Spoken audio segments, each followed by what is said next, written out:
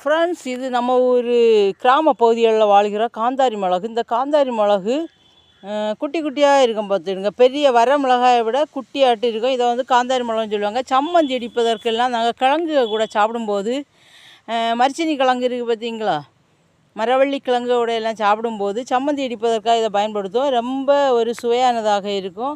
அதே போல் இது வந்து குட்டி குட்டியாக இருக்கிறதுனால காகங்கள் எல்லாம் விரும்பி சாப்பிடுவாங்க. காகங்கள் விரும்பி சாப்பிட்றதுனால காட்டு பகுதியில் அங்கங்கேயாட்டு தன்னிச்சையாட்டே இந்த செடிகள் வந்து வளர்ந்துடும்.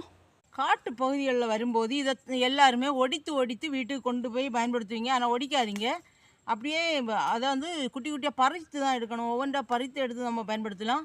ப்ரெஷர் உள்ளவங்களுக்கு இது வந்து ரொம்ப பெருமளவு ப்ரெஷரை கண்ட்ரோலில் கொண்டு வரும். ரெண்டு பீஸ் வந்து தினமும் காலையில் ரெண்டு பீஸ் வந்து சம்மந்தியும் வெளுத்துள்ளி வச்சு இடித்து சாப்பிட்டு வந்தீங்கன்னா உங்களுக்கு வந்து ப்ரெஷரை வந்து கண்ட்ரோலில் கொண்டு வரும் பார்த்துடுங்க.